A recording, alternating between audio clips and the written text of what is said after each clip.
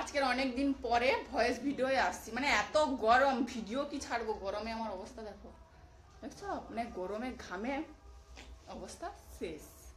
অনেক দিন পরে, অনেক ভিডিও তো ছাড়িনি। আমার ভিডিও মানে যে ফলো করে সবসময় যেন সে জানাইবে, আমি অনেক দিনও ভিডিও ছাড়িনি, একটা দুটো ফটো ছাড়িনি, অনেক দিন পরে ভয়েস ভিডিও নিয়ে আইনি।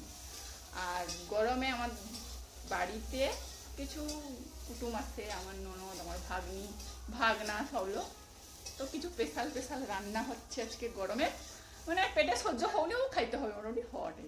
তোমাকে সব কিছু দেখাইবো, ঠিক আছে? তোমার কানে কানে খাবো, বুঝে চলে আইসো, আমি করে খাইব।